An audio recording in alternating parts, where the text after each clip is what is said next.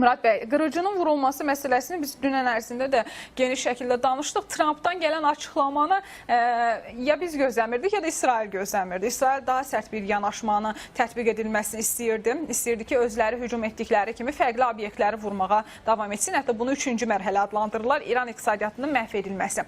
Amma Trump dedi ki, bu normaldır, müharibədəyik və müharibə çərçivəsində bu cür insidentlərin olması da gözləniləndir. Nə düşünürsünüz? Belə bir açıqlamanın pərdə arxası məqamları nədir? Nədən xəbər verir Trump'ın yanaşması? Trump'ın yanaşması ondan ibarət. Doğrudan da müharibə gedir və müharibə vaxtı belə hadisələr baş verir. Nəzərə alsaq ki, bugünkü günə qədər İsrail ilə Amerika Birləşmiş Ştatları İran ərazisində 15 mindən çox uçuş ediblər və onun nəticəsində 2 təyyarə vurulubsa, bu o boyda da ciddi faktor deyil ki, müharibənin aparılmasına hansısa bir təsir eləsin. Və Amerika Birləşmiş Ştatlarının mövqeyi ondan ibarətdir ki, burada konkret olaraq ultimatum verilib. Aprel ayının 6-sına qədər İran tərəfi danışıqlarda razılaşmalıdır Amerika Birləşmiş Ştatlarının şərtlərinə. Və bu şərtlərə razılaşmadığı halda Amerika Birləşmiş Ştatları məhz o sizin səsləndirdiyiniz 3-cü mərhələ İranın iqtisadi potensialına, enerji potensialına, körpülərə və s. nöqtələrə zərbələr endirəcək. Bu baxımdan əsas məqsəd bu günləri Amerika Birləşmiş Ştatlarının təzyiq eləmək və nəticə etibarilə bu danışıqlar vasitəsilə Amerikanın irəli sürdüyü şərtlərə tabe eləməkdir. İsrail tərəfinin maraqı ondan ibarətdir ki, İsrail tərəfi əlbəttə ki, çalışır ki, istənilən faktordan istifadə eləyib, həmən o məqamı tezləşdirsin və o zərbələ endirilməsi prosesini nəyin bahasına olsun, həyata keçirsin. Siz görürsünüz ki, İsrail tərəfi bu ya digər formada bu əməliyyatları həyata keçirdir. Və ən maraqlısı bilirsiniz nədir? Mən bu gün diqqətlə İranın Xarici İşlər Nazirinin bəyanatına fikir verdim. 3 gün bundan əvvəl İranın Xarici İşlər Naziri tamam başqa bəyanat verdi ki, hər hansı bir danışıqlar söhbət gedə bilməz. Biz heç bir şərtləri qəbul eləməyəcəyik. Ümumiyyətlə bizim Pakistanda nə görüşümüz olub, nə bir əlaqəmiz var və s. Bu günləri İranın Xarici İşlər Naziri isə açıq aydın deyir ki, biz danışıqlara razıyıq və s. Pakistan ərazisində keçirilməsinə.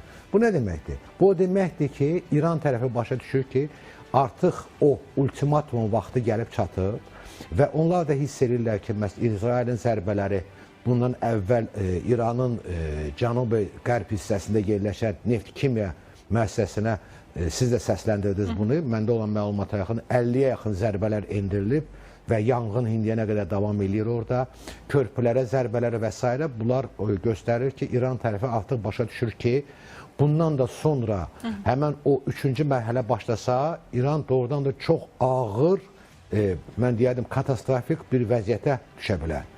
Çox güman ki, İran Xarici İşlər Nazirinin bu bəyanatı və bir məsələdə deyim, ən aktiv səslənən bu danışıqlarda fiqur İranın bugünkü parlamentin rəhbəri idi.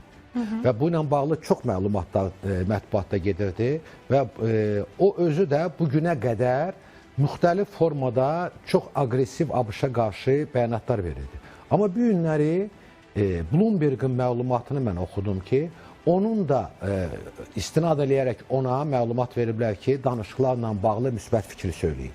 Yəni çox güman ki, bu məsələlər hamısı məhz o 6 aprel ultimatumun vaxtı yaxınlaşması ilə bağlıdır və o 3-cü mərhələni İran tərəfi bu ya və digər formada qarşısına almaq istəyir. 2 günə nə dəyişəcək? Çünki danışıqlar getdiyi dönəmdə 2 dəfə Amerika Birləşmiş Ştatları hücum edibsə İrana, İran da dəfələrlə buna dilə gətirirlər və bununla bağlı açıqlama verirlər ki, biz danışıqlar gedə-gedə hücuma məruz qaldıq. Yox, burada bir nüansı nəzərə almaq lazımdır ki, hücumlar gedir, əvvəldən müəyyən olunmuş hərbi obyektlərə, hərbi ilə bağlı olan obyektlərə və s. o müəyyən olunan hədəflərə. Amma enerji sektoru ilə bağlı ciddi, məsələn, elektrik enerji sistemini İranın məhv olunmasıdır, neft kimya sənayesi məhv olunmasıdır. Bu çox ciddi məsələdir. Bu ilə bağlı biz Amerika Birləşmiş Ştatlarının ciddi hücumlarını görməmişik. Və məhz Donald Trump'ın bəyanatında da bu səslənilirdi ki, əgər biz bunu eləsək, biz İranı neçə əsr geriyə sala bilərik. Yəni bu baxımdan həmən o ciddi zərbələr əsas o iqtisadi infrastrukturla həyata keçirilməyib. Aydındır. Qırıcı məsələsi ilə bağlı bir çox açıqlamalar gəldi. Elə İsrailin də açıqlamasını təqdim etdik, amma İsrail fərqli bir yanaşmanı gözləyir Amerika Birləşmiş Ştatlarından. Fikir ayrılıqlarına bağlı biz zaman-zaman danışırıq. Əslində iki tərəf fərqli strategiyanı irəliyir. İndi biz Amerika Birləşmiş Ştatlarının digər obyektləri hədəf almadığını deyirik, elektrik enerjisi ilə bağlı, neft-qaz obyektləri. Amma İsrailin isə elektrik enerjisi olmasa da neft-qaz obyektlərini vurduğunu və yaxud da ki, digər əraziləri hədəf aldığını, hətta universitetlərlə bağlı məqamlar qeyd etdik, onları aydın şəkildə görə bilirik. Nə qədər ki, Trump əslində medianın iddialarına görə bunun qarşısını almağa çalışır, bir qədər təzyiq göstərir deyirlər Netanyahu'ya, amma İsrail bu addımları atmaqda davam edir. Bundan sonraki dönəmlərdə ələxsusda ki, maraqlı sual yaranır Səudiyyə Ərəbistandakı səfirliyin vurulması ilə bağlı. Sepah deyir ki, biz bunu eləməmişik, burada sionist qüvvələrin əli var və əgər siz bizim səfirliklərə hücum eləyərsinizsə, o zaman İsrailin bütün bölgədəki səfirlikləri qanuni hədəfimiz olacaq. Bu proseslə bağlı nə deyə bilərsiniz? Həqiqətən ola bilərmi İran vurmasın ki, cavab olaraq necə bir addım atıla bilər Amerikadan? Bilirsiniz, gəlin baxaq bu bir ay ərzində baş verən proseslərə və Körfəzdə, xüsusi olaraq İranın qonşu ölkələrinə atılan zərbələrlə bağlı deyə bilərəm ki, haradasa təkcə Birləşmiş Ərəb Əmirliklərinə 1000-dən çox atəş açılıb. Və onların böyük əksəriyyəti İran tərəfi boynuna almayıb. Nəinki bu ölkəni, başqa ölkələri, xüsusi olaraq qonşu ölkələri, bu yaxınlarda Türkiyəyə yenə 4-cü atəş oldu balistik raketlə, yenə də İran tərəfi bunu boynuna almır. Ümumiyyətlə, bilirsiniz, bunu mətbuatda səsləndirmək olar, amma bu günləri texniki imkanlar Amerika Birləşmiş Ştatlarında, İsraildə və xüsusi olaraq Səudiyyə Ərəbistanının özündə də bunu çox hasan yolla müəyyən edə bilir ki, həmən o atəş, raket atəşi olub, ya yaxud dron atəşi olub, hansı istiqamətdən olub, hansı marşrutla gəlib və s. Bu aydındır. Buna obyektiv nəzarət məlumatları deyilir. Yəni, bunu mətbuatda səsləndirə bilərlər, amma faktiki olaraq yerində müəyyən olunacaq ki, bunu kim eləyib? Bu bir. İkinci, mən düşünmürəm ki, Amerika Birləşmiş Ştatları və yaxud İsrail buna cavab olaraq İranın diplomatik missiyalarına zərbələr indilər. Bunlara bu lazım deyil. Bunların müəyyən olunmuş hədəf paketləri var. Həmən o hədəf paketləri ilə zərbələri İran ərazisində həyata keçirdirlər. Və çox güman ki, yenə də deyirəm, mən düşünmürəm ki, buna cavab olaraq ABŞ-dır və İsrail İranın diplomatik obyektlərinə başqa ölkələrdə zərbələr endirsin. Bir də Flight Radar 24-ün peyk görüntüləri var. O görüntülərə görə Amerika Birləşmiş Ştatları regiona texnika cəmləyir və burada texnikalarla bərabər eyni zamanda elə bir təyyarələr göndərilir ki, onların içərisinə Abrams tanklarını da apara bilər. Amma bəlli deyil əlbəttə ki, o təyyarələrlə nələr daşınır. Amma bir hava körpüsünün yaradıldığı deyilir, iddia olunur. Hətta bəzi texnikaların adları da çəkilir. Bunu göy üzündə qala adlandırırlar Amerika Birləşmiş Ştatlarının etdiyi bu şeyi, yəni bu əməli. Və qeyd edilir ki, əgər bu həqiqətdirsə və Amerika Birləşmiş Ştatları bu təyyarələrlə ehtimal edilən texnikaları daşıyırsa, bu müharibə ilə bağlı daha bir şiddətli dönəmdən xəbər verir. Nə düşünürsünüz siz?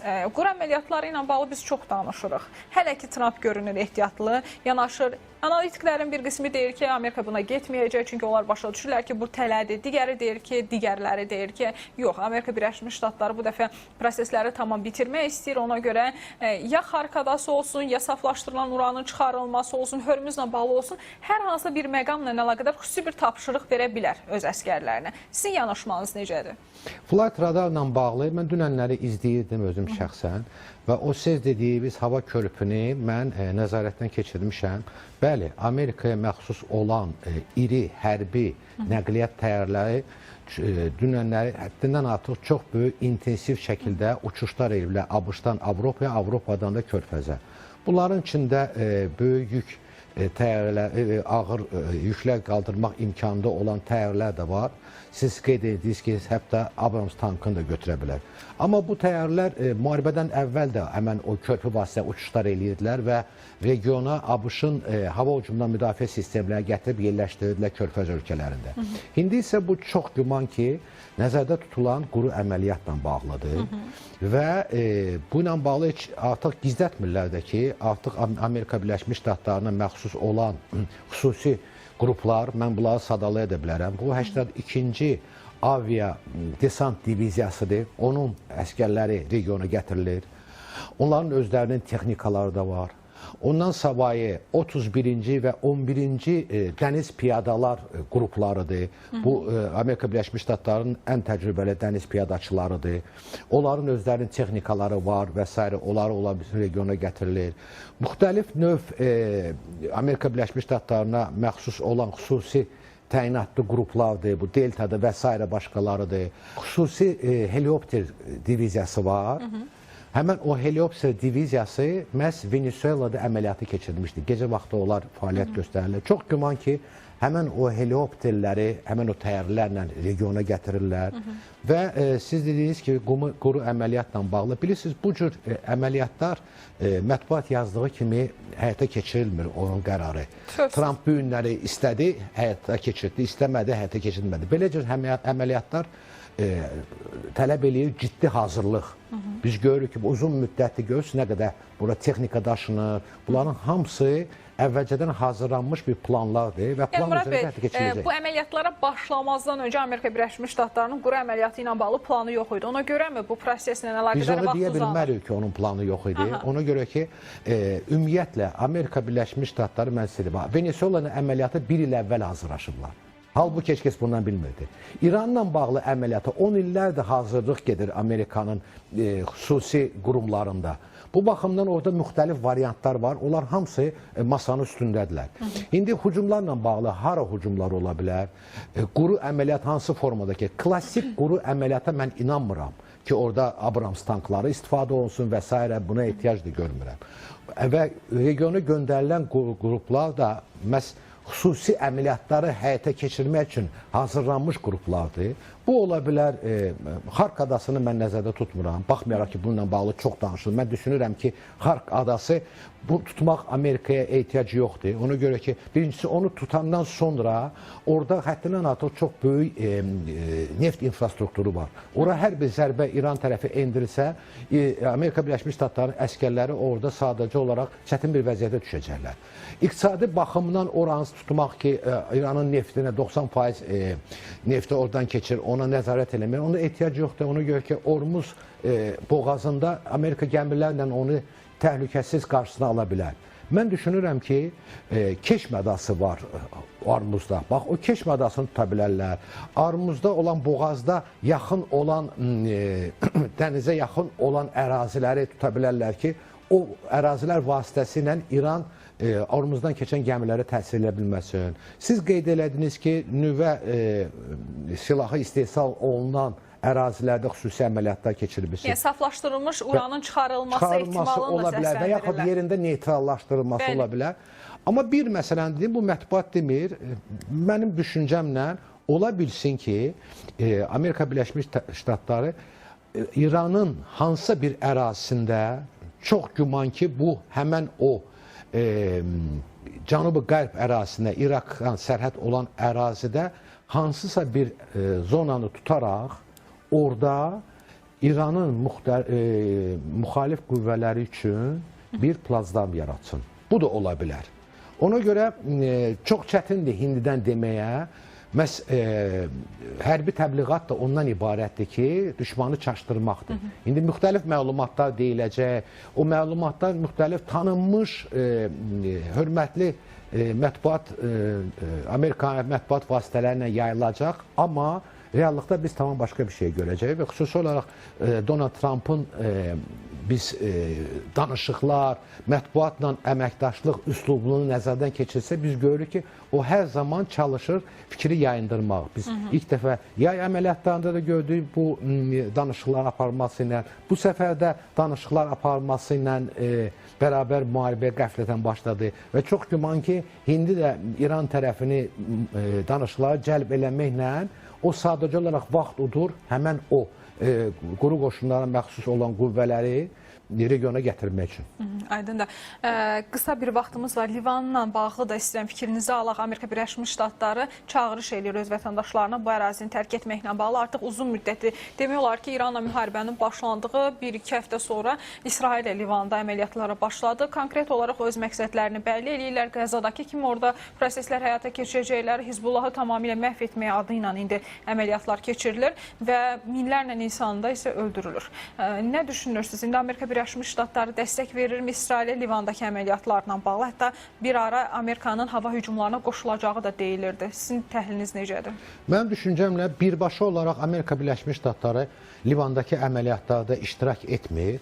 Amma ümumi ABŞ-la İsrail, İranla, o cümlədən Hezbollahla bağlı məsələlərdə əlbəttə ki, öz fəaliyyətlərini bir-birləri arasında korrekt eləyirlər. Bu baxımdan düşünmürəm ki, ABŞ bir mənalı olaraq qarışsın bu məsələyə. Ona görə ki, Livanda hadisələr həyata keçirmək üçün İsrail tərəfi quru qoşunlardan istifadə edir artıq. Hərbi hava qüvvələrindən də istifadə edir və Livan ABŞ-a, İsrailə çox yaxın olduğuna görə təyyarələr qalxandan sonra 5 dəqiqədən sonra orada əməliyyatı keçirib qayıda bilirlər. Məsələn, İsraildən İrana gedib zərbələr endirmək üçün 1500 kilometr uçur. Hesab edin ki, 2 saat qırıcının kabinində pilot oturur, çətin bir vəziyyətdə və s. Ona görə çox güman ki, bölüm olanda öz aralarında seçim, hədəfləri seçim. Əlbəttə ki, Livanla bağlı prosesləri tam olaraq İsrailə verilib. Aydındır. Çox sağ olun. Təşəkkür edirik dəvətimizi qəbul edib gəldiyiniz üçün önəmli təhlillərə görə.